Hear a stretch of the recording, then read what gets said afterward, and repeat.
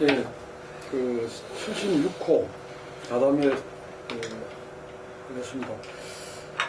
뭐 11월 호는 아무래도 지금 원체 역사 교과서 그 문제 둘러싼 논란이 세게 붙어가지고 이 문제가 아마 중심적으로 다뤄줄 수밖에 없을 것 같습니다. 우선 어제 청와대에서 이제 여야 5자 회담이 있었는데 대통령 모시고 일단 결렬된 걸로 그렇게 봐야 될 것 같습니다. 그 부분부터 좀 말씀을 나누고 어떻게 봐야 될 건지 앞으로 정치 추이가 어떻게 될 건지 이야기를 하고 나왔으면 좋겠습니다. 먼저 오신 도착 순서대로 하겠습니다. 박 대통령 뜻이 먼저 확고한 게 이제 제가 내는 것 같고요.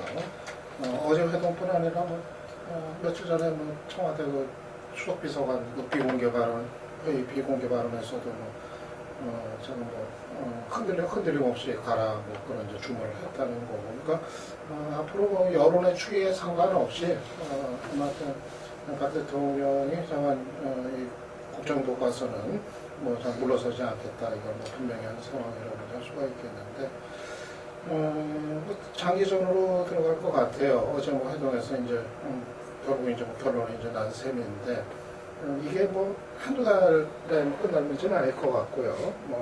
이게 상당히 이제 계속 갈 수밖에 없는 이제 사안이 되었고, 우선 당장은 이제 내년 총선에 아마 이제 상당히 중요한 상황에 따라서는 아마 최대 쟁점이 될 가능성도 있다고 되고, 그리고 이제 내년에 집필지인 선정되고 집필 들어가고 또 집필이 되면 그 내용에 대한 어떤 이제 공개, 이 과정에서 두고두고 논란이 따를 거고, 그리고 2017년에 학교 현장에 이제 배포가 됐을 때 학교 현장에서 이제 또 이에 대한 이제 반발, 이제 거부 운동 이런 것도 있을 수도 있을 거고, 그리고 2017년 대선에서 이제 정권이 또 바뀌냐 어떻게 되냐에 따라서 이게 다시 또 이제 원점으로 가는 서로 여당이 재집권한다 하더라도 또 그 가능성을 또 배제할 수도 없는 거고요.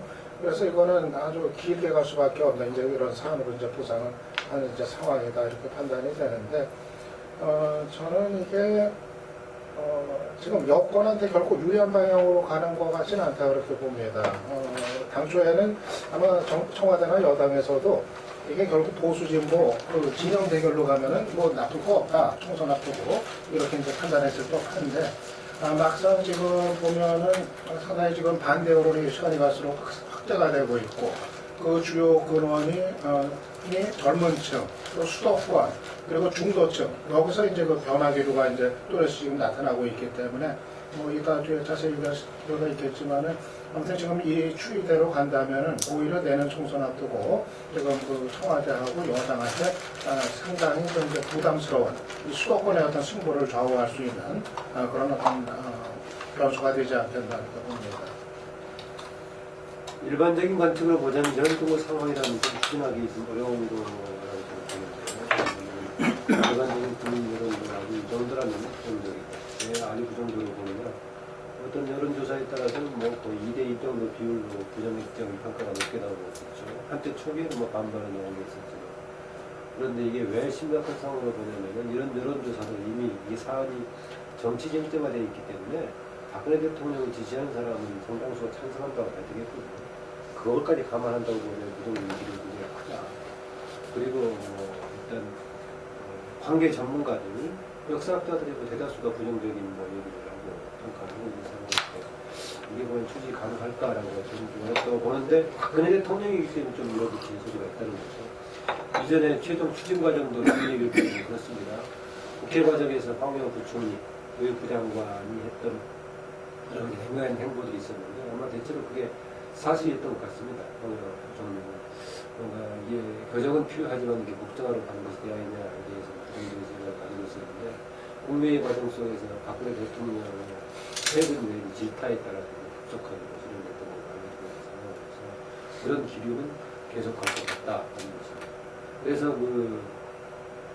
황교안 부총리가 자기도 장기적으로는 검인정이 아니라 더 나아가서 자유 발행으로 가는 게 맞다. 그럼에도 불구하고 한시적으로 지금 이제 부정화한다는 것인데, 한시적인 것은 뭘 수정하기 위해서 한시적이다라는 말로 논리적으로 얘기를 하지만은 내용상으로 보자면은 박근혜 대통령 권력이 미치게 한시적이 하는데 영어로 해석할 정도로 그런 박근혜 대통령이 워낙 강한 입장 같습니다. 그런데 이게 어떻게 계속 전개될 거냐라고 봤을 때는 뭐 상당히 장기적인 과정이 진행이 된다는 그만큼 맞물리는 과제지만은 현실적으로는 당 정치 일정에 따라서 오히려 역으로 소강 상태가 약간 나타날 수 있다. 예산 처리 과정이 진행된다거나 다른 뭐 선거 관련 법안인데 제도 관련이 정리가 된다거나 뭐 이런 논란이 제기될 때는 오히려 그걸 향해서 가기보다는 그것 때문에 소강 상태가 될 거다라는 거거든요. 대신 선거 국면에 갔을 때는 특히 문재인 대표는 이것을 합의로 중심으로 좀 삼으려고 하면서 굉장히 강할 것이다라는 겁니다. 그래서 이게 여야 전반적인 평가에서 과연 야권이 얼마나 유리할 것을 떠나서 현 야당에서 특히 문재인 대표를 중심으로 끌어갈 수 있는 정국이 되기 때문에 문재인 대표는 이것을 아마 총선까지 가장 중요한 카드로 끌어갈 가능성이 있다고 봅니다. 저는 이 교과서 문제 부분을 바라보는 시각이 어떤 이념적이거나 정치적으로 어떤 자기가 어디에서 있느냐에 따라 전혀 다른 곳을 바라보고 있기 때문에 실질적으로 이 문제는 박 대통령은 이미 이 문제를 하늘이 두 쪽 나도 몰고 갈 거고 이 문제를 추진해서 시행되는 과정에서 총선 대선이 걸려 있는데 그 총선 대선에서 이 문제를 옮길 가능성이 있고 그 다음에 지금 새누리당 안에서 뭐 처음에 여론이 이 문제를 바라보는 찬성이 높다면 여권의 균열이 안 나겠지만은 시간이 가면서 이제 야권은 결집을 하고 있고 교수들도 결집도 저런 결집이었죠. 저는 개인적으로는 저 정도로 결집하는 교수들이 이성적이고 지성이 있는가 조금 그것도 의문이 있어요. 왜냐하면 교과서가 예를 들어서 지금 이제 7개 교과서가 내용에 문제는 좀 있다. 근데 국정화는 옳지 않다. 방법을 이렇게 서로 모색해야지 이렇게 간다. 그게 아니라 그냥 무조건 국정화 반대한다고 이렇게 가는 게 백대빵이라는 부분은 아무리 세상에 잘하는 거 잘못하고를 떠나가지고 저런 정도로 결집하는 교수들의 행태도 문제는 있다고는 봅니다. 그런데 솔직히 박근혜 대통령이 좀 더 일찍 저는 임기 1년 차에 이런 문제를 보수 정권으로서 정리해 가야 되는데 이제 총선을 앞두고 또 본인이 여권 내부에서 공천을 룰을 어떻게 정하느냐, 공천을 행사할 수 있냐, 또 자기 정권을 창출할 수 있냐라고 하는 그런 관건이 달린 중요한 시점에 이 문제를 던졌는데 저는 그걸 갖다가 뭐 실수로 내지는 뭐 생각이 없이 던진 게 아니라고 봐요. 그래서 이 문제를 기점으로 해서 여권의 자체를 갖다가 재편하는 쪽으로 끌고 가려고 하는 생각이 있는 거 아닌가 하는 그런 생각도 해봅니다. 지금 벌써 정의화부터 시작해가지고 정병국, 유성민, 뭐 김용태 등, 뭐 하태경 등 지금 이 정도 농도 발생했죠. 6명 정도가 공개적으로 이 문제에 대해서 반론을 이야기를 하고 있어요. 그래서 아마 여건이 지금 조금 더 안 좋아진다면, 반대가 조금 더 많아진다면 여당 내부에서 좀 더 그런 내용이 나올 건데 아마 박 대통령은 그런 부분의 내용이 나오는 것까지를 감안하면서 그런 내용들이 나왔을 때 여건을 어떻게 정리할 거냐라는 생각까지도 좀 하고 있을 거라고 봅니다. 과거에 이 영수회담이 한 서너 번 열렸잖아요. 뭐 영수회담이 아니면 원내대표 모임도 있었지만 원내대표 모임까지 하면 4번인데 그 직후에 그 회담에서 뭐 이 공개적인 TV 중계되는 모두 발언이라든지 또 갔다 와서 발언이나 또 대통령 앞에서 직접 이야기하는 장면까지 중계된 적이 많았는데 그렇게 할 때는 당시에 나갔던 대표들이 지지를 받고 또 야권 내부에서 자기들의 힘을 확보하는 데 도움이 된 것 같았지만 그 직후 있었던 모든 보궐선거나 이런 부분에서 야권이 다 져버렸습니다. 그렇기 때문에 저렇게 모습을 노출시키는 부분이 뭐 여론은 서로 벽 보고 이야기했다. 대통령하고 야당 원내대표가 뭐 녹취를 해도 되냐 어디라고 하면서 이런 발언을 기상천외한 발언을 주고받은 것처럼 비춰지지만 이 효과들이 어제 박근혜 대통령은 예를 들어서 자라가는 세대들이 역사를 잘못 배우는 부분에 대해서는 그건 뭐 반드시 바로 잡아야 된다라고 자기 이야기를 반복해서 강조를 했어요. 어제 저 자리가 박 대통령을 하여금 언론 중계하에 자기가 하고자 하는 이야기를 확산시키는 자리가 좀 됐다고 봅니다. 그 이전에 수석 비서관 회의에서 그저께 이야기를 했지만 그건 뭐 조그맣게 나오고 일부 안 나오고 말았어요. 그런 부분들 때문에 이 결론이 어떻게 여야에 정리되어 갈지는 시간을 조금 더 지켜봐야 알 거라고 보고 있고요. 박 대통령은 어쨌든 굉장한 정치적 승부수로 작정을 하고 이 문제를 총선 대선까지 내다보고 던진다. 저는 그렇게 생각합니다. 이 21세기의 그 별거숭이 임금님이 지금 사실 온 국민들한테 지금 보여지고 있다. 저는 이 여당 의원들 만나면은 그런 느낌을 지울 수가 없습니다. 자기들이 볼 때도 현재 이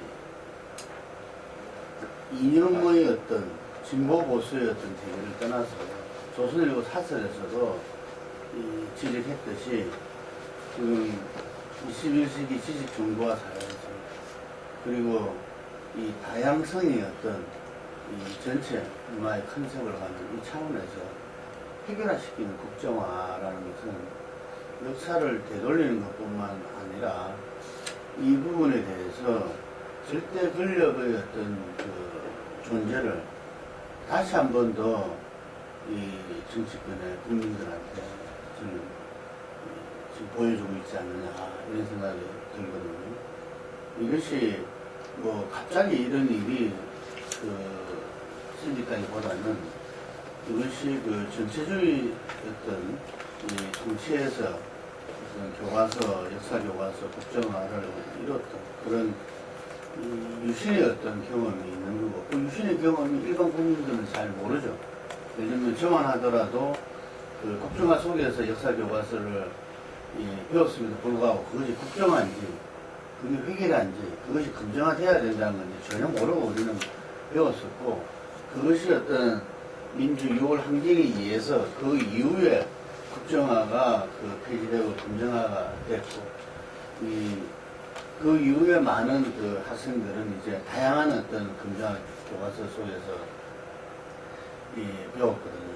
그렇기 때문에 지금 그 시절에 획일화된 국정화 역사 교과서를 배운 세대들, 이 세대들이 볼 때는 자기들이 그때 배웠을 때도 뭐 큰 문제 없었고 오히려 혼란스러웠지 않았다. 또 일부 보수적인 분들은 이거 뭐 지금 신문 기사로 뭐 대체로 보면은 실제 책을 보고 하는 것이 아니라 이 주장하는 내용을 기사로 봐서 대부분 이야기하는데 이거 뭐 큰일 났다 이거 이랬다가는 우리나라가 이거 벌게 되는 거 아니냐 이런 우려를 하고 있지만 그 밑에 세대들 검증화 교과서로 배우는 세대들한테는 이거는 뭐 이 자기들이 그때 배웠던 그거하고는 이거는 이야기가 안 되는 굉장히 아마 그 친구들도 당혹해할 것이다. 이게 이것이 역사가 폐기된다고 이야기하는 거구나. 많은 그 사람들이 이야기했음에도 불구하고 젊은 친구들은 그걸 무슨 내용인지를 잘 몰랐다가 이번에야말로 실제로 그걸 좀 느끼게 되는 계기가 아닌가 이런 생각이 들고요. 저는 그런 부분들이 처음에 찬성이 높았다가 지금 이제 여론이 반대가 조금씩 이렇게 높아지고 있습니다. 일부 조사에서는 50%를 넘어섰다는 이야기도 있지만 저는 이 이슈는 이 문제는 그냥 이렇게 뭐 보수 진보가 우리가 팽팽하잖아요. 지난 대선 때부터 그 정도 차원이 아니라 저는 일부의 어떤 정말 낡은 세대의 어떤 보수 일부를 제외하고는 전체 이거는 반대로 돌았을 것 같습니다. 그래서 이거는 박근혜 대통령이야 뭐 자기가 정치를 시작한 이유 자체가 아버님의 명예를 회복하겠다. 유신 때 그렇게 찬양하더만은 끝나고 나서 어쩔 수 없이 그랬다. 그리고 또 유신의 문제점을 갖다가 정갈하게 이야기하는 사람들 보고 배신감을 느꼈다. 뭐 일부 거기에서는 그런 분들한테 뭐 복수의 심정을 가질 수밖에 없었다. 뭐 이런 자서전에서도 녹음하기 때문에 본인은 개인적으로는 어떤 저는 이 문제가 뭐 일시적인 게 아니라 이렇게 오랫동안 본인이 이런 문제들에 대해서 바로 잡아야 되겠다. 한편으로는 이런 마음을 가질 수 있다고 봅니다. 이게 우리가 살면서 여러 자기들의 삶의 족적에 따라서 느끼는 가치관은 다 다를 수 있으니까요. 예. 하지만 그것이 전체 사회와 나라와 그리고 어떤 올바른 어떤 방향 이런 부분들에 있어가지고는 다들 그것을 갖다가 이해하고 수긍하고 인정하게 되는 이런 것이 사회 아니겠습니까? 그래서 저는 그런 부분들 속에서 많은 사람들이 흔히 말하는 보수에 있는 많은 분들도 그걸 느끼고 있음에도 특히 이 청와대에 있는 친구들도 그리고 지금 집권 여당에 새누리당에 있는 사람들도 그걸 느끼면서 불구하고 그 부분들이 현재는 침묵으로 지키고 있고 보수 언론에서는 이렇게 방향을 정했답니다. 금방 이야기하신 대로 다들 이야기하신 대로 대통령께서 비판을 하든 뭘 하든 해라 마이웨이 라고 이미 선언을 하셨다고 하니까 이 국정화 자체에 대해서 반대는 무리고 어쨌든 이게 항우르 지금 부총리도 뭐 한시적 이야기 해가지고 요걸 티박이로 얻어먹고 있어요. 그런 말을 바로 했나 이런 거죠. 왜냐하면은 한시적이라는 이야기 이게 있어서는 안 될 건데 어쨌든 한시적 필요하다 이런 이야기를 비춘 거거든요 이게. 그런데 그런 데서 뭐냐면 이 기한을 어쨌든 연장한다든지 해가지고 이 집권 기간에서 역사교과서가 개편되고 실시되는 요것만 막는 방향으로 전부 다 이 컨셉을 잡았다고 그럽니다. 그래서 이거는 우리 지금 역사에 저는 해프닝으로 끝날 것이다 이렇게 바라보고 있습니다. 김동구 대표가 평상시하고는 좀 말투가 약간 다르네요. 역사학도 출신이었어. 네. 사학도 출신이었어. 아까 그 21세기 벌거숭이 임금님 벌거숭이 대통령 얘기했는데 2015년이네요. 21일 날인가요? 마침 그 백투더 퓨처 30년 네. 딱 돌아온 날짜라 해가지고 뉴스가 나왔던 것 같은데 나중에 기록으로 한번 봐야겠네요. 아까 황수장 지적하신 박근혜 대통령이 총선 대선 선거 전략 상황도 좀 고려했다 라켓매라고 했는데 얘기하시는데 저는 총선에서 이렇게 남은 야당의 약세라는 정치 환경은 충분히 고려했겠지만은 선거 전략 차원에서 이 문제가 박근혜 대통령이 고려했겠느냐 좀 그건 좀 다른 차원의 문제라고 합니다. 본인이 가지고 있는 입장을 그냥 관철시키려는 그런 정도의 적극적인 의지가 앞선 거 아니냐라고 보고 있고 대신에 야당이 강세여가지고 뭐 구체적으로 총선에서 앞달던 분위기였다는 그런 생각을 쉽게 하지 못했겠죠. 그래서 그런 정도의 환경은 충분히 자연적으로 반영이 됐겠지만은 선거 전략까지 고려한 적하냐 이것은 저는 조금 모르겠고요. 그 다음에 이렇게 여론의 부정에도 불구하고 벌거숭이 임금님처럼 진행되는 배경에는 김무성 대표를 중심으로 한 새누리당 지도부가 압도적으로 청와대하고 같이 완전히 일심 동체처럼 가고 있는 분위기가 결정되는 역할을 하고 있더라는 거죠. 김무성 대표가 사적으로는 그동안에 특히 역사인식 문제에 있어서는 아버지 문제와 같이 맞물려 있고 보수적이었다는 이런 것 때문에 그렇다라고 해석하는 쪽도 물론 있긴 합니다. 그런데 또 다른 전반적인 틀 속에서 이렇게 일방적으로 갈까? 심지어는 그저께인가요? 그저께네요. 고성에서 선거 지원 연설 가서는 박근혜 대통령 같은 개혁적인 대통령이 나오긴 정말 힘들다라고까지 찬사를 과하들 빼가는 이런 분위기에다가 원유철 정말 특이하죠. 원유철 원내대표가 이전에는 그냥 합리적인 수준에서 다른 사람 의견 따라가는 입장이었었는데 본인이 신방으로 지금 불리고 싶다, 불려도 좋다라고 나갈 정도로 강하게 나가고 있죠. 그러다 보니까 이제 여당에서 그동안에 나왔던 뭔가 이런저런 뭔가 여론을 반영하는 목소리가 이번에는 별로 안 나오고 있다. 대신 개별적으로 약간 몇 사람 얘기가 나오고 있는데 모르겠어요. 홍 수장 지적한 대로 그런 목소리가 조금 더 이제 결집되기 시작하면서 새누리당의 분량까지 갈지 여기는 모르겠는데 어쨌든 김무성과 원유철 중심으로 한 이런 사람들이 다음에 지도부가 완전히 청와대하고 열심히 동체가 돼버리니까 의견 조정이 안 된 상태로 일방적으로 추진되면서 벌거숭이 임금님, 벌거숭이 대통령 상황을 만들고 있다고 생각, 지적해주고 싶고요. 또 하나, 저는 이후의 추진 과정 속에서 이제 국민의 다수의 비판적인 여론을 얻고자 하는 사람들은 이제 국정화가 전체주의에 따른 국가주의적인 상황이고 자유민주주의 원리에 어긋난다. 라는 이제 그런 패러다임이죠. 저도 물론 그 입장으로는 보고 있습니다. 대신 이제 국정화를 주장하는 사람들은 이것을 보수 진보의 패러다임으로 가려고 하는 것이죠. 보수 진보의 패러다임 부분적으로 엮어 있기도 하고요.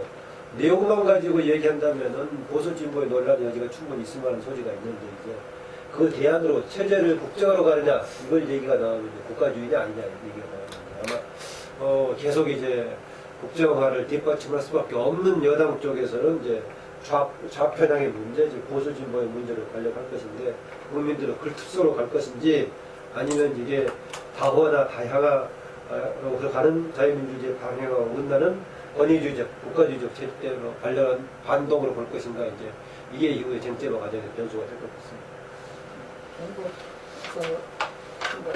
어떻게 박사 얘기하신 것처럼 선거 전략 차원에서 이거를 박 대통령이 꺼냈다고 보지는 않아요. 선거를 내년 총선을 의식했다면 이걸 아예 안 꺼내든지 꺼냈다 하더라도 지금 정도 상황에서는 접어두는 접는 이런 게 좀 맞다고 생각이 되는데 박 대통령의 관심은 지금 내년 총선이 아니라 김정은 의원이 옛날에 했던 얘기, 그러니까 박근혜 대통령이 정치를 하는 이유는 아버지 이제 박정희 전 대통령의 명예를 위해서 하는 거다.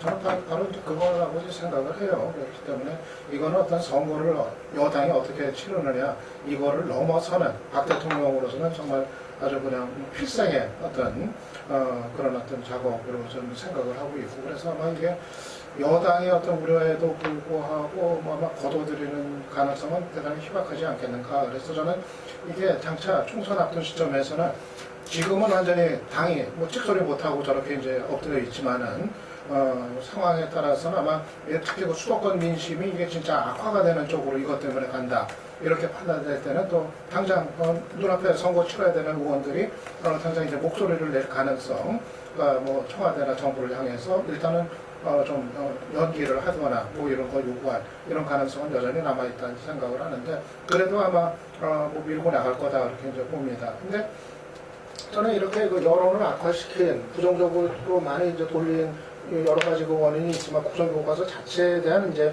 부정적 인식도 있지만은 이 과정에서 굉장히 정부나 여당이 허둥대면서 완전히 그 무리수를 거듭해서 저는 이게 좀 상당히 좀 중도층한테는 상당히 작용했다 생각을 이제 합니다. 그 대표적인 게 이 유한순 열사 교과서에 없다는 그런 광고 논란이라든가 또 역사학계 90%가 좌파라든가 이런 식의, 그러니까 뭔가 굉장히 그 시간에 쫓기면서 허둥대면서 이렇게 그냥 우왕좌왕하는 식의 이런 모습 같은 거, 이런 게 어떤 상식의 자태에서 이제 보는 어떤 그런 층들한테 굉장히 그거에 대한 어떤 반감, 부정적인 생각 이런 걸 더 오히려 키웠다 이렇게 이제 좀 생각이 들고요. 아무튼 이래가지고 저는 이 총선의 유동성이 조금 높아졌다고 이제 생각을 해요. 사실 이 논란이 이렇게 불거지기 전까지는 다음 총선은 해보나 마나 여당이 완전히 압승하는 선거다, 거의 기정사실화 이제 됐었던 건데, 이 문제가 지금 여론에 어떻게 미치느냐, 아마 만약 국정교과서 선거로 간다고 한다면은 그러면은 이거는 좀 특히 수도권 지역에서는 이 판세의 유동성이 아마 급격히 높아지지 않겠는가. 그래서 야당 입장에서는 사실은 그동안은 총선에 대해서 거의 대책이 없는 이런 이제 상황이었다고 한다면은 이제는 이 국정교과서 선거로 이제 몰고 가가지고 좀 반전의 기회를 엿볼 수 있는 이 가능성이 좀 상당히 좀 커진 상황 아닌가, 저는 그렇게 봅니다. 우리나라 야권이 항상 이렇게 소리는 시끄럽고 새는 많이 모으느라든가 선거에 맨날 잘 붙이는 이유가 제가 볼 때는 자기 계산밖에 못하기 때문에 그렇다고 합니다. 국사 교과서 문제가 박근혜의 아버지 명예회복, 저는 그렇게 개인적으로 보는 부분은 아니라고 봐요. 왜냐, 보수 진영에서는 오랫동안 이명박 집권 때부터 시작해서 이제 교과서를 저런 식으로 둬서는 안 된다. 특히 김일성의 고천보 전투 등이 다수의 교과서에 기재되어 있고 이런 부분들이 상당히 문제가 있다라는 관점에서 지적을 해왔지요.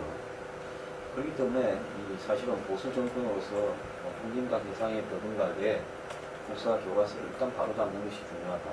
그런데 지금 어떤 검정 교과서 체제에서 현재의 GPG와 현재의 검정위원들의 어떤 자세, 그리고 또 교육비에 저런 어떤 방치하는 듯한 태도에서는 이게 불가능하다라고 보기 때문에 국정화해야 된다는 이야기가 굉장히 광범위하게 있었습니다. 그런 부분들을 쏟고 박 대통령이 있는데 자기 부친에 관련되는 개인사적인 부분을 갖다가 다 지켜보는데 국정화하면서 그 부분을 갖다가 정리한다는 것이 가능하지도 않고, 그렇게 하는 순간에 굉장히 문제가 커질 거라고 봅니다. 그렇기 때문에 그렇게 보는 것보다는 아마 본인이 생각을 하지 않겠어요? 대통령으로서 내가 보수 쪽에 대통령이 됐는데 내가 물러나기 전에 해야 될 업적들이 뭐가 있겠는가, 과제들이 뭐가 있겠는가를 생각해보고 나름대로 이 부분이 중요하다라고 생각하고 했기 때문에 단기적인 지금 유불리, 자꾸 여론들을 많이 이야기하는데요. 저는 좌파 진영에 계신 분들이, 좌파라고 듣기시는 진보 진영에 계신 분들이 여론을 갖고 이야기하는, 여론이라는 건 좋아졌다가 세월 한번 보세요. 여론 좋을 때 잘해야지. 여론 좋을 때 막 저러다가 나중에 보니까 국민들이 해도 너무하다 돼버리니까 막판에 어수선하게 정리돼 버리지 않습니까? 그렇기 때문에 이 여론이 지금 왼쪽은 똘똘 뭉쳐가지고 하나가 되고 오른쪽은 뭐 홍보에도 소극적이고 앞에 나선 사람도 별로 없고 하니까 왜곡이 되어서 이 반대가 많아 보이는데 또 세월이 좀 더 지나고 토론이 더 되어가면 또 지금 예를 들어서 길거리로 몰려 나와서 뭐 집회를 하고 떠들고 뭐 이런 촛불 집회를 하고 정권 퇴진 운동을 하는 과정에서 여론의 강도가 어디로 흘러갈지는 아무도 모르는 겁니다. 그렇기 때문에 지금 반대를 하든가 말든가 지금 뭐 각 대통령은 정해놓은 코스로 갈 거고 그 부분에 대해서 총선이 이 중요한 국정교과서 문제에 대해서 실정이다, 뭐 독재적 파쇼다라고 이야기할 거고 이쪽은 역사를 바로 세우겠다라고 이야기하면서 붙을 거 아니에요. 그리고 그 결과가 결국 총선에서 만약에 야당이 져버리면 그럼 국정화가 맞는 게 되겠습니까? 그것도 생각을 좀 해봐야 될 거라고 봐요, 야당은요. 그래서 대선에서도 아마 이 문제가 야당은 집권하면 이걸 바로 고치겠다라고 이야기할 거고 대선이 핵심 이슈가 될 거라고 봅니다. 이 이념적인 문제가요. 그래서 뭐 야당이 이기면 그때 또 고치면 됩니다. 그렇기 때문에 이 문제에 대해서 이거는 그냥 서로 싸워야 될 일 중에 하나라고 생각하고 나머지 지금 눈앞에 있는 과제들도 집중하면서 가야지. 이걸로 모으는 게 야권을 지금 야당이 뭐 탈당하고 신당 창당하고 흩어져가지고 총선에 패배가 예정돼 있는데 야 요걸로 똘똘 모으면 총선에서 이길 가장 좋은 고재다라고 여기 몰려 들어가 요것만 갖고 가고 나머지 일을 또 다 제끼면 작년에 세월호 가라앉고 난 다음에 6개월간 국회 스톱시키고 했듯이 그렇게 가다가는 큰 코를 다칠 거다라고 저는 황 소장 지적도 야당이 좀 참고할 필요는 있다고 봅니다. 굉장히 중요한 지적 같은데, 근데 대신 에너지를 다양하게 분산해서 잘 조절해서 쓸 수 있을까? 뭐 이거는 이제 쉽지 않은 과제 같긴 한데요.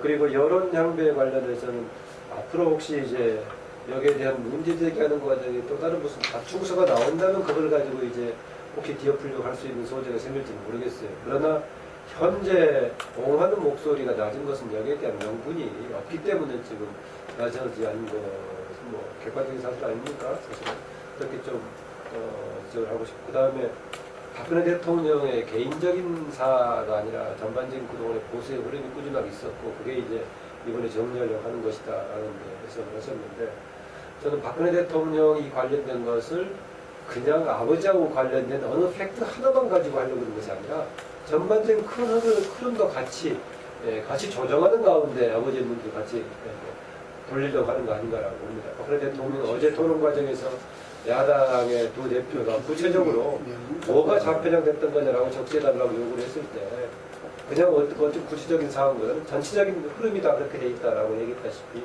박근혜 대통령은 그것을 나와 조정한다고 했을 때 아버지하고 관련된 특정 무슨 팩트 하나를 가지고 규정하는 것이 아니라 전반적인 흐름을 한번 바꾸려고 하지 않겠는가. 저는 뭐 역사학자가 아니고 학도 출신. 학도 출신. 수준이거든요. 또 당시에 뭐 공부도 별로 안 했지만 제가 이제 그래도 이렇게 그동안 그 과정 속에서 어느 정도 이렇게 듣고 했던 거는 역사라는 것은 역사적 사실과 역사적 서술이 크게 구분되지 않습니다.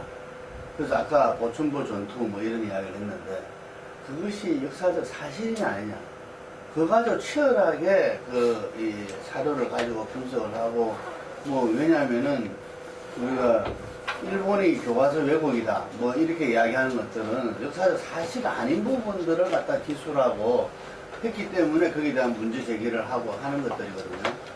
역사적 사실과 이 역사적 서술을 갖다가 하는 거는 그 역사가의 어떤 몫입니다.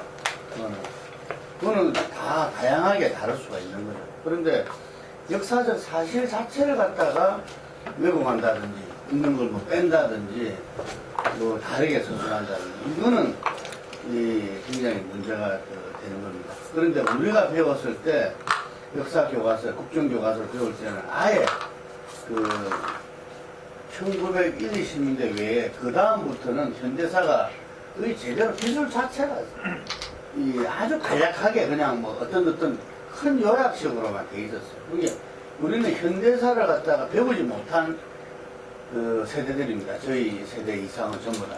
예. 근데 그 현대사를 갖다가 아무 데서도 안 배운 거죠. 말하자면. 그런데 그 다음부터는 이게 대해서 문제점이 지적돼가지고 근현대사라는 과목이 새로 설정이 돼가지고 근현대사를 갖다가 학생들이 배우게 됐고 그 다음에 근현대사가 그 다음에 국사교과서하고 지금 통합되어 있는 이런 실정인데 실제로 지금 언론에서 이야기하고 정치권에서 이야기하는 것들이 어쩌면은 교과서 자체 지금 금인정 교과서라든지 이 지금 국정화 논란을 주도하고 있는 분들이 주로 만들었다고 하는 그 교학사 교과서 이런 내용들을 갖다가 어찌 말하면 국민들이 이번 기회에 좀 학습되는 그런 과정이 있어야 되지 않을까 이렇게 생각이 듭니다. 결국은 모르고서 우리가 어느 일방의 그냥 주장에 그냥 이 왔다 이렇게 그 하는 것보다는 이번 과정을 통해서 이 우리 국민들이 그 얼마나 우수한 국민들입니까? 그래서 우리 국민들이 그 전에 국정화가 이랬었구나. 그 다음에 그 금인정으로 되고 나서 금인정 교과서들이 크게 봐서 문제점은 이런 거였고 내용들은 이랬구나. 그리고 그 부분에 대해서 교육부는 어떤 역할을 했구나. 지금 왜 국정화를 한다고 이야기를 뭐 들어보면은 금인정 하는 게 김무성 대표도 맞다 그러잖아요. 그게 맞지만 지금 이제 금인정으로 할 때 그 교과서를 선택하는 사람이 학교 운영위원회인데 학교 운영위원회가 전부 다 그 자편한 교사들에 의해서 이양을 받아가지고 전국 고교에서 보면 한 군데만 지금 역사 교과서를 갖다가 채택하고 나머지는 전부 자편한 금인정 교과서를 채택했다. 이랬기 때문에 안 된다. 그래서 아예 경쟁이나 이런 걸 다 없애버리고 다양한 없애고 하나로 해야만이 이 제대로 된 뭐 말하자면 올바른 역사 교과서를 이 교육시킬 수 있다. 뭐 이런 논리거든요. 이게 그랬을 때 이번 과정을 통해서 저는 이 우리 국민들이 특히 또 언론이 그 부분들에 대해서 굉장히 중요한 역할을 해야 될 것 같은데 정말 이 몇몇 부분만 가는 것이 아니라 정말 그 내용이 어쩌고 왜 문제가 되고 또 그 체제는 또 이 시점에서 뭔지 이런 부분들을 국민들이 학습을 하게 되면은 뭐든지 제대로 알게 되면은 그게 대해서 아까 여론이라는 것은 왔다 갔다 한다는데 그거는 이 굉장히 저는 문제 있는 시각 아닌가 이래 봅니다. 내용을 제대로 몰랐을 때 여론은 왔다 갔다 할 수 있어요. 하지만 그 내용을 제대로 알게 되면은 그 여론이라는 게 어찌 말하면은 전 국민의 집단 지성이 되는 거죠. 이게. 그래서 저는 이 과정을 통해서 해야 될 일은 예를 들면 제대로 내용을 갖다가 알도록 하는 것이 근데 그게 요즘 보면은 우리가 옛날에는 이 주요 언론에서 이 모든 것을 장악해서 일단 거기에서 하는 만큼만 보내줬지만 지금은 SNS라는 게 있어가지고 온 국민들이 다양하게 아마 지금 학습하고 있어요. 그 부분들이 뭔지에 대해서. 그래서 저는 이 결론은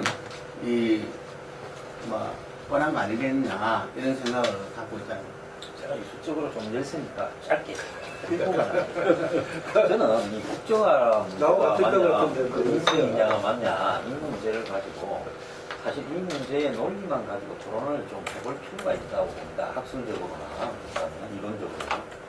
근데 사실 그런 논리가 토론이 되기 전에 그냥 패거리를 쥐어서 정치적 논란으로 가버리니까 솔직히 말하면 국민들한테 제대로 된 진실이 전달될 기회가 별로 없는데 예를 들어서 국정화를 하는 나라는 뭐 전부 아프리카나 독재 파쇼가 어쩌고 저쩌고 뭐 옛날에 나치 어쩌는데 역사적으로 많지는 않지만은 독특한 역사적인 어떤 가치를 가져온 나라들 터키 같은 경우에는 오스만 투르크를 부인하면서 전교 분리 정책을 경합받아가면서 우사를 뺄도록 국정으로 했고요. 그리스 같은 경우에도 오랫동안 외국에 한때는 뭐 세계의 중심이고 문화의 중심이었다가 식민지를 겪으면서 그리스도 지금 국사 교과서를 국정으로 하고 있고, 아이슬란드는 맨날 덴마크, 스웨덴, 러시아한테 먹히다가 지금 자기들 역사가 거의 역사시키 하니까 역사를 국정으로 하고 있고, 싱가포르는 솔직히 말하면 정체성을 세울 만한 위치에 있는 나라가 되지 않기 때문에 정체성을 세우려고 국정을 하고, 대만은 중국하고 대립을 하고 있으니까 국사는 국정합니다.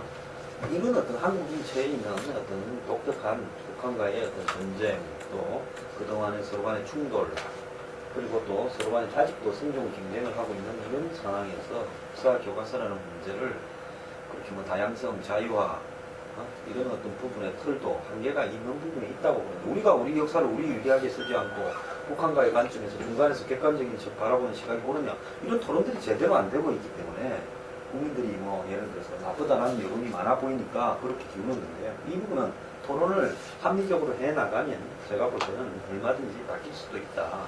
그렇기 때문에 여론을 가지고 이야기하면, 제가 지금 여기서 분명히 이야기하면 나중에 여론이 불리해지면 그럼 국정과 동의할 겁니까? 예. 김동구 대표님 잘 들어서 나중에 따져보세요. 아무튼 이 내년 총선에서 이 국정교과서 문제가 쟁점으로 서가 있고, 특히 아마 최대 쟁점이 되는 상황, 이거는 선거 전략 차원에서 보면은 야당한테는 저는 결코 나쁘지는 않다, 사실은 좀 그렇게 이제 뭐 판단을 합니다. 오히려 지금 정도 상황으로까지 진전이 됐으면은 상식적으로는 여당이 이거를 좀 거둬들이거나 아니면 조금 명분 있는 어떤 퇴각을 하는 식의 이런 수순을 밟는 게 사실은 진짜 상식이고, 선거를 앞둔 그 당의 어떤 기본적인 판단이 될 텐데, 문제는 지금 뭐 새누리당도 아마 소가리를 할 수밖에 없는 상황 아니겠는가 이렇게 봐요. 이게 다른 사안이 아니라 지금 이제 박 대통령의 이제 뜻에 따른, 강한 뜻에 따른, 바로 그래가지고 지금 진행이 되고 있는 사안이기 때문에 누구도 그 얘기를 지금 꺼내지를 못하고 있는 좀처럼 그런 이제 상황이어서, 아무튼 이거는 오히려 그 야권한테는 아까도 얘기했지만은 거의 뭐 내년 총선은 뭐 필패 이런 인식이 거의 뭐 굳어져 있던 야권 전반에서는 그런 상황에서 이것이 또 이 판세 유동성을 높이는 어떤 최대의 변수로 뭐 이렇게 좀 생각을 할 수 있는 그런 지금 상황으로 진전이 되고 있는 거 아닌가 그렇게 이제 봅니다. 근데 저는 하나마디, 박 대통령이 이 논란에서 계속해서 벗어나는 게 전 불가능하다고 봐요. 이게 단지 그냥 세부적인 부분, 예를 들어서 5.16을 뭐 쿠데타로 할 거냐, 뭐 정변으로 할 거냐, 뭐 이런 뭐 한두 가지 뭐 몇 개 사건에 관한 뭐 용어 사용 이런 문제가 아니라 전체와 계속 관련이 돼 있거든요, 박 대통령이. 뭐냐면은 그 박정희가 지금 관련이 된 게 당장 뭐 현대사 부분을 축소한다 하면은 당장 그 독재 부분, 박정희 독재 부분을 줄이기 위해서 그러는 거 아니냐 이런 논란에 휘말리게 돼 있고, 또 일제 친일 부분을 이제 또 얘기가 논란이 빚어지면은 박 대통령은 이제 긍정적인 자랑스러운 역사를 쓰자는 거고, 근데 그러면은 이제 그 친일 부분 이런 걸 이제 줄이거나 없애거나 뭐 이제 그러자는 얘기가 될 텐데, 그러면은 당장 이제 박정희 친일 부분 때문에 이제 그런 거 아니냐 이런 논란이 또 되게 돼 있고, 그래서 저는 박 대통령이 뭐 당초 뭐 의도가 뭐였든 간에 상관없이 이 계속되는 논란에서 벗어나는 거는 사실상 좀 불가능하다, 좀 그렇게 봅니다. 네, 지금 뭐 대체적인 그 시각들이 이 문제가 그 일시적이거나 일회적인 이슈로 끝나는 게 아니고 앞으로 정부에 계속 영향을 미칠 수밖에 없고, 심지어는 총선 넘어서 대선까지도 이어질 거다 이런 생각들이 있기 때문에 조금 더 추이를 보면서 앞으로도 이제 이 문제는 저희들 토론 과제로 여러 번 또 이야기를 다뤄야 되지 않겠나 이렇게 봐집니다. 지금 무슨 현재 여론 추이는 조금 이 초기 과정에서 반반이나 내지는 그 찬성 쪽이 조금 우세했다면 지금은 조금 뒤집힌 부정적인 흐름이 강화되는 그런 추세인데, 또 앞으로 어떻게 될지는 좀 더 봐야 되고, 이게 또 가면서 여권에는 어떤 영향을 미치고 또 야당에는 어떤 영향을 미칠지 이것도 좀 봐야 될 것 같습니다. 이 국정 역사 교과서 국정 논란, 그 다음에 청와대 오사회동 부분은 이 정도로 하고, 지금 여기 토론 안 끊어놓은 황교안 총리가 하는 판문을 하는데, 이 부분은 크게 봐서는 지금 현 정부의 외교, 안보, 국방 이 문제하고 다 관련이 있기 때문에 그걸 좀 묶어서 같이 이야기를 하는 게 어떤가 싶습니다. 이번 방미 외교에서 그 성과도 있습니다만은 또 여러 가지 문제가 드러났다. 그 다음에 또 이제 그로 인해서 외교안보 수석이 갱신되기도 했고, 또 지금 일본이 계속 자위대 문제 가지고 그 발언들을 하면서 우리 국방부나 이런 데서 좀 제대로 대처를 못하고 또 국민들을 속이려고 숨겼던 게 아닌가 이런 그 비판도 나오는 것 같습니다. 그리고 또 FX 전투기 문제 이것도 심각한 문제고 이런 것들 좀 같이 묶어가지고 좀 이야기를 했으면 좋겠습니다. 제가 이야기 좀 먼저 FX 전투기를 놓고 한민국 장관이 이야기를 했는데 거절당했다 이 부분은 애초부터 솔직히 말하면 한국의 방산업계에 누적된 어떤 폐들이 이런 일을 만들었는데 미국은 기술 이전을 못하는 부분을 못합니다. 어느 미국뿐만 아니라 어느 나라도 유럽에 유럽 파이트를 만드는 EDSA라고 유럽 공동으로 만드는 그 항공회사도 거기에 자신들의 EASA 레이더를 이번 핵심 기술을 해가지고 미국에도 이전하지 않습니다. 그래서 이 전 세계에서 미국, 러시아, 그 다음에 EU, 프랑스 빼고 독자적인 전투기를 개발해서 만드는 나라는 스웨덴밖에 없습니다. 스웨덴은 굉장히 조그마한 경량 전투기를 러시아에 대처하기 위해서 그리펜이라고 400억 안팎되는 소규모 로우급 전투기를 만들었고요. 그것도 스웨덴도 레이더나 핵심 기술은 EU에서 로얄티 주고 그냥 갖고 온 겁니다. 기술 이전 받은 게 아니라. 그래서 지금 잘못 알려지고 있는 게 많은데 미국이 한국에 만드는 전투기에 미국의 첨단 내재 기술을 안 준다라는 게 아니라 그거를 갖다가 기술을 완전히 한국에 넘겨준다라는 걸 거부했다는 겁니다. 애초에 이것은 다 알고 있었던 일이고요. 그럼에도 불구하고 이 문제에 대해서 이 4세대 전투기를 준 스텔스기로 쌍발 엔진으로 아주 고급스럽게 만들어 보자. 그렇게 해서 거기에서 공공이 많이 떠밀칠 거라고 기대했던 한국의 4세대 전투기를 설계한 사람들의 문제가 있는 겁니다. 미국은 정확하게 F-35를 살 때 거기에 1조 한 7천억에 해당되는 옵셋이라고 기술 이전을 4세대 전투기에 해주겠다고 했고 거기에 자기들이 가능한 기술을 범주를 이미 작년에 한국 측에 다 알려주고 있었어요. 그래서 이 보도 전문, 군사 전문 기자들은 이 내용을 다 알고 있었습니다. 그럼에도 불구하고 이 부분을 깔끔하게 정리하지 않고 미련을 가지고 끌고 온 방산 관계자들의 문제가 마치 이 문제를 무슨 미국의 입장이 번복되었을 것처럼 알려지고 있는 거고, 그래서 이 문제는 안 된다는 이야기를 미국 측으로 확실하게 받음으로써 그걸 갖다가 정리하는 단계로서 이야기했다고 봅니다. 그리고 난사군도 문제를 갖다가 오바마가 중국의 국제적인 룰을 어긋날 때 한국도 목소리를 내야 된다는 부분이 난사군도라고 했냐 부분에 대해서 그걸 마치 감춘 듯이 말을 번복한 부분은 그건 명백하게 잘못되고요. 불리하면 불리한 대로, 유리하면 유리한 대로 안보 관계자들은 국민 앞에 그대로 소개하는 것이 맞았다 이렇게 저는 보고 있습니다. 다음 황교안 총리를 보고 이제 무슨 자위대가 인사시에 한국에 들어오느냐, 그 다음에 또 이번에 방위성 장관이 왔는데 자위대의 역할이 없느냐. 저는 전쟁이 나서는 안 되죠. 전쟁이 나는 상황을 가정해서 저는 개인적으로는 그렇게 생각합니다. 만약에 한반도에 전쟁이 났는데 지금 일본에 있는 미군 기지들, 오키나와나 또 곳곳에 겹치는 6개 기지가 있습니다. 공군 기지들.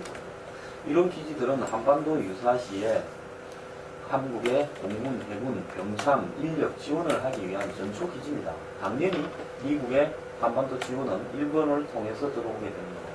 이런 속에서 미군 군함이 예를 들어서 병참 물량을 싣고 들어온다, 병력을 싣고 들어온다 하면 그 호위에 일본이 나서게 될 거예요.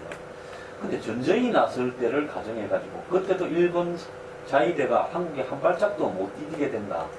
즉 일본은 미국하고 이 방위조약을 맺고 한국은 미국하고 방위조약을 맺어서 서로가 집단적 자위권이다라는 부분을 가지고 있는 거 아닙니까?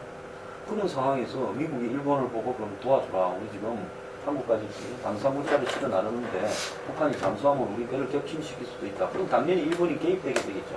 그러면 일본 자위대가 부산항까지 호위하고 왔다가 예를 들어서 부산항에 발을 한마디도 한 발자국도 못 디디고 갑니까? 그런 어떤 부분에 전쟁이 난 상황을 가정해가지고 그때도 허용할 거냐 말 거냐라고 하는 것 자체가 결국은 친일이냐 아니냐는 논란을 갖다가 이 외교 안보적인 데 끌어들이기 위한 경험한 말장난이라고 저는 봅니다. 전쟁이 나면 일본뿐만 아니라요. 누구든 아프리카 사람이든 누구든 도와주겠다면 다 받아야죠. 안 그렇습니까? 북한하고 전쟁이 나서 도움받을 정도의 처지라면 세게 몰려가 있을 건데 그런 어떤 부분을 자꾸 국회에서 계속 반복해서 묻고 있는 거예요. 저는 그렇다고 보고 일본이 지금 뭐 예를 들어서 강희승 장관의 입장에서는 한국의 실효적 지배 범위가 휴전선 이남이다라고 하는 부분은 할 수 있는 이야기라고 봅니다. 한국이 뭐 북한을 실효적 지배를 하고 있는 부분이니까. 그러니까 이런 부분은 묻지도 않고 나가지도 않고 서로 정리해가는 게 맞는데요. 굳이 이런 부분을 물어서 올 때마다 예를 들어서 일본의 방위성 장관 올 때마다 이걸 또 독도나 이 위안부 문제처럼 묻는 것이 저는 적절하냐라는 생각을 합니다. 그것 말고도 한간에 현안 과거사는 과거사대로 묻고 끝까지 짚어야 되겠지만 그건 뭐 물어야 된다고 봅니다. 하지만 나머지 부분에서 이런 예민한 문제들 지금 필요하지도 않고 지금 문제가 되지도 않은 것들을 굳이 물어가면서 일본과의 관계를 정리할 방법이 있는가? 예를 들어 중국하고 만약에 관계를 정리시켜 갈 때 시진핑한테 중국 고위층한테 당신들은 아직도 6.25를 영웅적인 전쟁이었다고 생각하느냐? 6.25 참전이. 이렇게 물으면 중국하고 관계가 진전이 되겠습니까? 저는 뭐 여러 가지 문제 중에서 그 일본 자위대 이제 한반도 자위대가 한반도에 이제 들어올 수 있다는 문제, 이거는 저는 뭐 대단히 우리 역사를 돌아봐도 대단히 이제 심각한 중대한 문제라고 이제 생각을 합니다. 일단 이제 황 총리 발언이 이제 논란이 되고 이제 문제가 되는 것은 사실 이 문제, 그러니까 일본 자위대가 유사시에 한국 정부의 동의 없이도 뭐 들어올 수 있느냐, 이 문제에 관해서 지금 일본 측이 뭐 분명한 어떤 입장을 보이지 않았던, 그리고 자의적인 해석이 가능한 이런 여지를 안 들었던 상황에서 우리 정부가 아주 그 명백하고 단호한 입장을 취하고 일본 정부에 대해 가지고 어떤 그 법적인 장치, 그거를 어떤 보장할 수 있는 이런 거를 마련을 촉구를 하고 좀 이랬어야 될 입장인데, 오히려 그 황 총리의 이제 발언은 정반대로 한국 정부가 일본 어떤 자위대의 어떤 한반도 진입을 이제 받아들일 수 있음을 시사한 거로 당장 일본 언론들이 그렇게 해석을 하고, 그래서 이거는 당장 일본 정부에 대해서 대단히 잘못된 신호를 주는 그런 이제 부적절한 발언이었다, 좀 생각을 이제 하고요.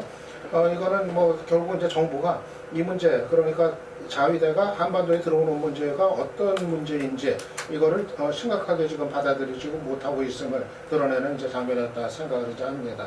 그리고 한일 국방장관 회담에서 나왔었던 일련의 이제 뒷얘기들, 이제 문제들, 이것도 뭐 좀 북한 지역에 그럼 자위대가 한국 정부 동의 없이도 지금 마음대로 갈 수 있다. 결국 지금 일본은 그 입장을 지금 고수를 하고 있는 건데, 그거 역시도 대단히 뭐 심각한 이제 문제가 이제 아닐 수 없습니다.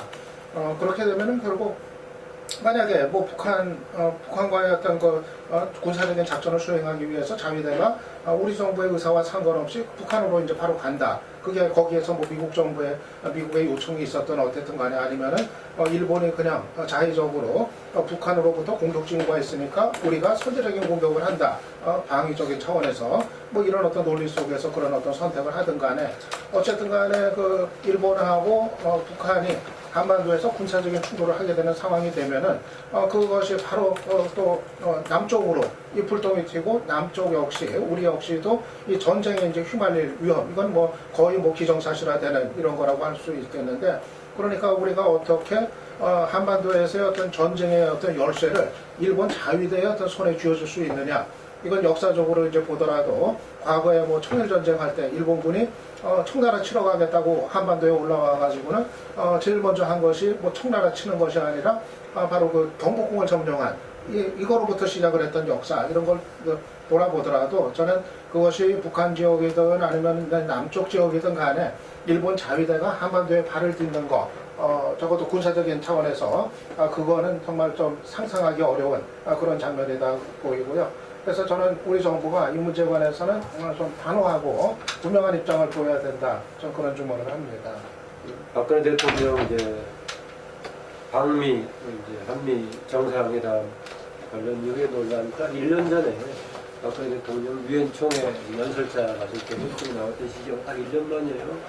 당시 여러 군데 발언 자료 관련해가지고 뺐다 넣었다 또 뭔가 안 맞는 얘기해가지고 유승민 의원이 국회에서 청와대 연락을 드리다 나왔던 시기가 딱 1년 전이었죠. 10월 초에 당시 나왔었는데, 1년 뒤에 이번에 이제 여러 가지 의제 조율이라든가 국방부장관 대동했던 문제가 나오는데 얘기 확인하는 절차에 따라 해석할 수가 있겠죠. 그러다 문제는 지금 여러 가지 외교 과정에서의 기본적인 뭔가 각 부처 간의 조율이라든가 방식이라든가 이런 것들이 전부 조율이 안 되어 있었다는 지적이 반복적으로 나와 있는 것 같습니다. 그건 여당 내부에서 문제를 지적하고 있고 이것을 늘 이런 얘기가 나올 때마다 외교 국방 관련 문제 이런 쟁점화 되기 때문에 쉽게 할 수가 있는데 나머지 쉽게 건드릴 수 없는 대통령 손안위에 있는 나머지 국정과제는 정말 어떻게 정말 시스템이 과연 작동하고 있는 것인가 라고 연장선상에서 본다면은 그것 좀 가까운 일이긴 하더라고요. 그렇다면은 현 시점에서 다시 한번 국방부 장관이 어쨌든 간에 세 번째에 걸쳐서 기술이 좀 안 된다고 확인했는데 이 상황을 어떻게 볼 것인가. 황 소장은 애초에 그런 걸 전제했었다 이제 이렇게 보고 있는 것 같은데 그래서 대신 이제 기술 이전 자체는 안 되지만 여러 가지 협력 방안에 이것을 모색하면 좋다라고 이제 가능성을 긍정적으로 평가하고 있는 것 같은데요. 저는 이쪽 분야가 전문가가 아니어서 제가 독자적인 판단은 어렵겠는데 국회 국방위원 위원장을 맡고 있는 정두영 의원은 본인이 가서 보니까 이 상태로서는 만약에 기술 이전이 안 된다면 도저히 추진할 수 없는 상황으로 판단하고 있더라고요. 그렇다면은 만약에 애초에 기술 이전이 어렵다, 불가능하다고 판단했고 국제적인 환경으로 보더라도 그걸 이전시켜준 사례가 없었다면은 왜 이런 조건 속으로 이런 계획을 세웠을까라고 반문을 제기하고 있는 상황이어서 최근에 이 부분에 대한 것은 아마 정부에서 어떻게 할지 모르겠어요. 오늘 보니까 우리나라 내부에서도 지금 실용 단계는 아니지만 4개 기술 중에 2~3개는 상당히 많이 진행이 됐다는 보고가 나오고 있던데 그걸 믿으면서 계속 추진할 수 있을 것인지 좀 이건 모르겠어요. 집단 자위권 저는 관련 논란에서는 황교안 총리든 뿐만이 아니라 여야 전체적인 차원에서의 조금 전제 조건이 하나 잘못되어 있는 것 같다. 이걸 정리하고 있어야 되는데 그 정리가 잘못된 가운데 논의가 되고 있다고 봅니다. 왜냐하면 우리가 일본이 이른바 그 안보 관련 법안을 개정하거나 제정해가지고 집단자위권 활동할 수 있게끔 다시 전쟁 권한을 주는 보통국가로 전환되는 과정에 대한 적극적인 반대를 한 상태였다. 근데 이미 일본이 이제 기정사실화되어버린 상태에서 어떻게 할 것인가라고 봤을 때는 당연히 우리의 문제, 우리가 선택하고 우리가 판단할 거 아니겠습니까? 우리의 주권인데. 그런데 이것을 해야지 우리의 주권 문제를 마치 일본하고 협상해서 뭘 하는 것처럼 묻고 답하고 하는 것 자체가 이상하다는 점을 지적을 해주고 싶습니다. 그렇지 않겠습니까? 일본이 어떻게 하든가 간에 우리는 뭐 전쟁을 하든 뭐 하든 간에 우리가 선택해서 해야 되는 문제인데 동의해서 파견하느냐 망하느냐 이걸 가지고 논의하는 것 자체가 조금 아주 비정상적이다라는 걸 지적을 해두고 싶고요. 그 다음에 하나 이제 바로 그저께 어젠가요? 그저께가 어제 거쳐서 했던 이제 한일 국방장관 회담 일본 방위 상이 되겠습니다만 회담에서 나왔던 휴전선 이북에 관한 문제가 얘기 나왔는데 저는 이 문제가 왜 거론되냐라고 봤을 때 바로 이제 미국의 문제가 불가피하게 개입이 되어 있는 것 같다는 것입니다. 아까 앞서 우리의 주권의 문제임에도 불구하고 왜 쓸데없이 이런 문제를 다른 국가하고 같이 협상과 논의의 대상으로 삼냐 했을 때 이제 미국의 문제가 일본하고도 관련이 되어 있고 우리나라도 관련이 되어 있고 그런 것인데 그랬을 때 북한에 대한 개입 이 판단 과정에 대한 논의가 되면은 역시 뭐 이미 북한은 우리가 현실적으로 실효적으로 통제할 수 없는 영역이기 때문에 당연한 거 아니냐 이렇게 받아들일 수 있겠지만 이후에 한반도 전체로 번져들 수 있는 전시작전권 관련해가지고는 미국의 문제 우리가 과연 어떻게 통제할 수 있을 것인가 이 부분의 논란을 다시 한번 던지고 있지 않는가 하고 생각이 듭니다. 19세기 100년이 좀 지났죠. 19세기 그 동북아시아의 그 재평 과정이랄까요. 어쨌든 청나라 중국이 거의 백권을 가지고 있다가 거기서 어떤 재평 과정에서 서구 열강이 오고 일본 뭐 여러 가지 관계 속에서 우리나라는 결국 그 주권을 잃어버리는 그런 결과가 왔고 지금 현재도 이 역사의 교훈을 갖다가 제대로 상기하고 하지 못하는 그 나라와 민족은 항상 또다시 그 침탈을 당할 수밖에 불행할 수밖에 없다는 그런 이야기들이 있지 않습니까? 그래서 금방 이 박사님 이야기하신 대로 청일전쟁 때 여러 가지 사례들 뭐 이런 부분들 이야기하는데 그게 먼 과거 뭐 100년 전의 과거가 아니라 지금 그 일본의 어떤 이런 이 군국주의라든지 뭐 이런 부분들을 갖다가 이 주도하고 있는 아베 총리가 본인이 가장 존경하는 정치인이 누구냐? 그랬을 때 그 명치 유신을 갖다가 그 일으킨 그런 이 정치인이었고 그 사람이야말로 우리 그 정한론의 그 주창자 이 그런 분들을 갖다가 지금 이제 과감하게 단호하게 가장 존경하는 정치인이다 라고 이제 그 아베 총리가 이야기하고 그랬었는데 지금 그 나라의 어떤 국익을 갖다가 어떻게 하면은 가장 확장시켜 나갈 것이고 세계사의 주역으로서 일본이 어떻게 웃었을 것인가 그 관점에서 봤을 때 여러 가지 어떤 그 방향과 그 선택이 있을 수 있을 건데 그 중에 하나가 지금 현재 아베 총리가 나타나고 있고 그걸 일본 국민이 지지하고 있다는 사실입니다. 저는 그 부분을 우리 국민들이 일단 받아들이면서 일본을 이 관계를 봐야 된다. 이것이 무슨 뭐 돌림변이처럼 봐서는 안 된다 이런 이야기죠. 그래서 지금 역사교과서가 나온 마당에 이야기를 하자면은 일본과의 관계에서도 우리가 일본 그 외부 뭐 이런 소탕하다가 예를 들면은 뭐 백제시대 때 우리가 천황제의 기본을 도와주고 뭐 그 이후의 나라인데 갑자기 어느 날 순간에 우리가 잡아먹겠었다. 뭐 이런 식으로 일본을 바라봐서는 안 된다. 이게 일본이 전 세계적으로 봤을 때 가장 스마트하고 예의 바른 나라가 누구냐 했을 때는 그 조사에서 계속 1등을 하고 있다는 거 아닙니까? 이게 저는 아주 무서운 나라다 일본을. 그래서 우리가 일본을 그런 식으로 바라보면서 그냥 반일이 아니라 이전에 보면은 일본을 알아야 된다. 알아야 제대로 그 일본을 극복할 수 있다. 일본과의 어떤 국가 경쟁이 나갈 수 있다. 이런 이야기들이 나왔었는데 그런 부분들이 우리 국민들이 다시금 하나하나를 좀 봐야 될 것 같아요. 지금 이제 이 역사 교과서에 국정화를 주도하는 분들은 일제시대를 갖다가 어떤 면에서는 우리나라를 일제시대가 없었으면 이 근대화가 이렇게 진행되기 어렸을 거다. 이런 관점에서 이렇게 이 교과서 같은 경우도 기술을 해놨다 그러더라고요. 그런 부분들을 포함해서 좀 제대로 일본을 하고 우리와의 관계를 갖다가 알 필요가 있다. 예. 그래서 지금 우리나라를 둘러싼 이 문제에서 가장 저는 문제가 김무성 대표도 그랬어요. 역사교과서 국정화 왜 필요하냐. 분단된 나라이기 때문에 그렇다. 그런 말을 했어요. 예. 저는 그 관점에서 보면 그거 맞다고 봅니다. 이게. 그래서 우리의 지금 문제가 휴전 상태에 있는 남북 간의 문제, 이것이 모든 문제를 저는 불러일으킨다고 봅니다. 예. 그래서 어서 우리 외교가 우리가 할 수 있는 모든 역량을 동원해서 남북의 이 휴전 상태를 갖다가 평화체제로 만드는 거, 이게 우리 외교가 제1의 목표를 걸고 저는 지금 추진해야 되지 않느냐. 어떤 무슨 운동권의 어떤 좌파의 어떤 용어 슬로건이 아니라 실제 우리나라가 지금 현재 동북아의 새로운 또 재편 그런 과정에서 가장 먼저 풀어야 될 것은 평화체제로 바꾸는 것. 그것이 지금 북핵 문제가 해결이 해나가는 방향으로 가더라도 1차적인 거는 저거는 평화체제로 바뀌었을 때는 이런 일본 자위대 문제라든지 전시작전부 문제라든지 이런 문제들이 또 방산 문제라든지 이런 문제들이 전혀 다른 차원으로 우리가 관계할 수 있고 풀어나갈 수 있게 된다. 그래서 이 말씀을 오늘 드리고 싶습니다. 예,